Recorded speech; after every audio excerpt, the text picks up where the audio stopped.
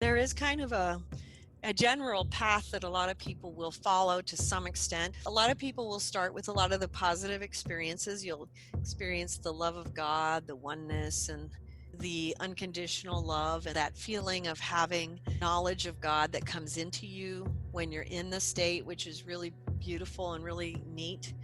And then as you progress, you start moving into these areas where you start learning more about like creativity and creation, depending on what your own soul's thrust is in that regard. It kind of pushes you in certain directions in your own creative gifts. Then you're going to be going into, start oftentimes, not every time, but if it's relevant in your case, you're going to start remembering certain lifetimes that might relate to your, what I would call your core karmic issues.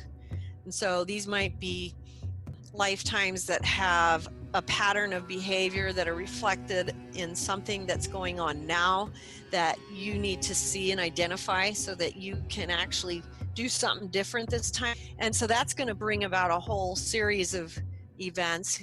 You go into the initiations into the mysteries and the rites of passage, which are really cool. Yeah, that was awesome. That's one of my favorite periods in the journey, but I have a lot of favorite periods, but that's one of them. And you go through this uniting of the masculine and the feminine within your own soul. It's kind of hard to explain what that is in words because it's an energetic thing. It has to do with this completion of how our energy has to have the balance of both in order to become whole in a sense.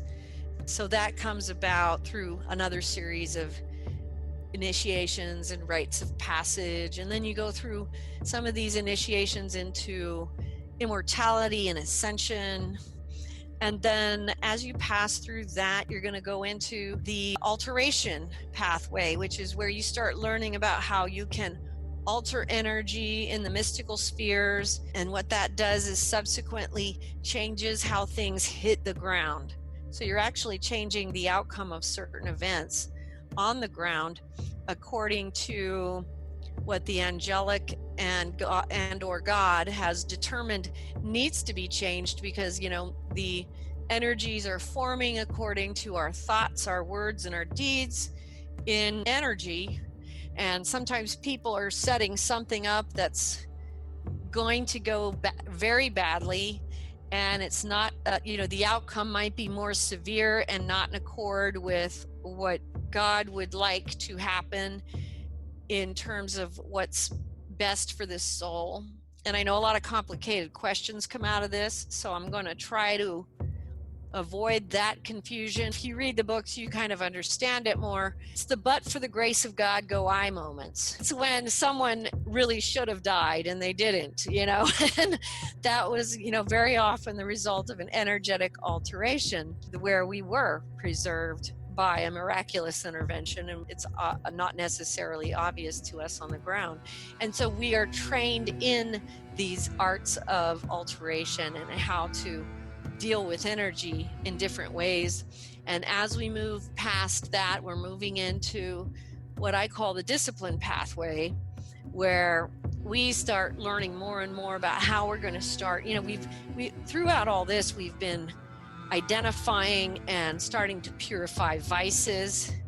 And in identifying our past lives, we're doing that even more so. So, these vices that are coming from our previous existences as well. And then as you go into the discipline pathway, you're actually trying to counter that thrust with virtue. So you're learning to discipline your mind in the great way, as the first Dalai Lama would say. You're trying to alter and discipline your mind to think differently. And you have many, many experiences which are taking you into these higher energetic spheres that help you to change and alter. It's not just the way you think, so to speak. It's also energy.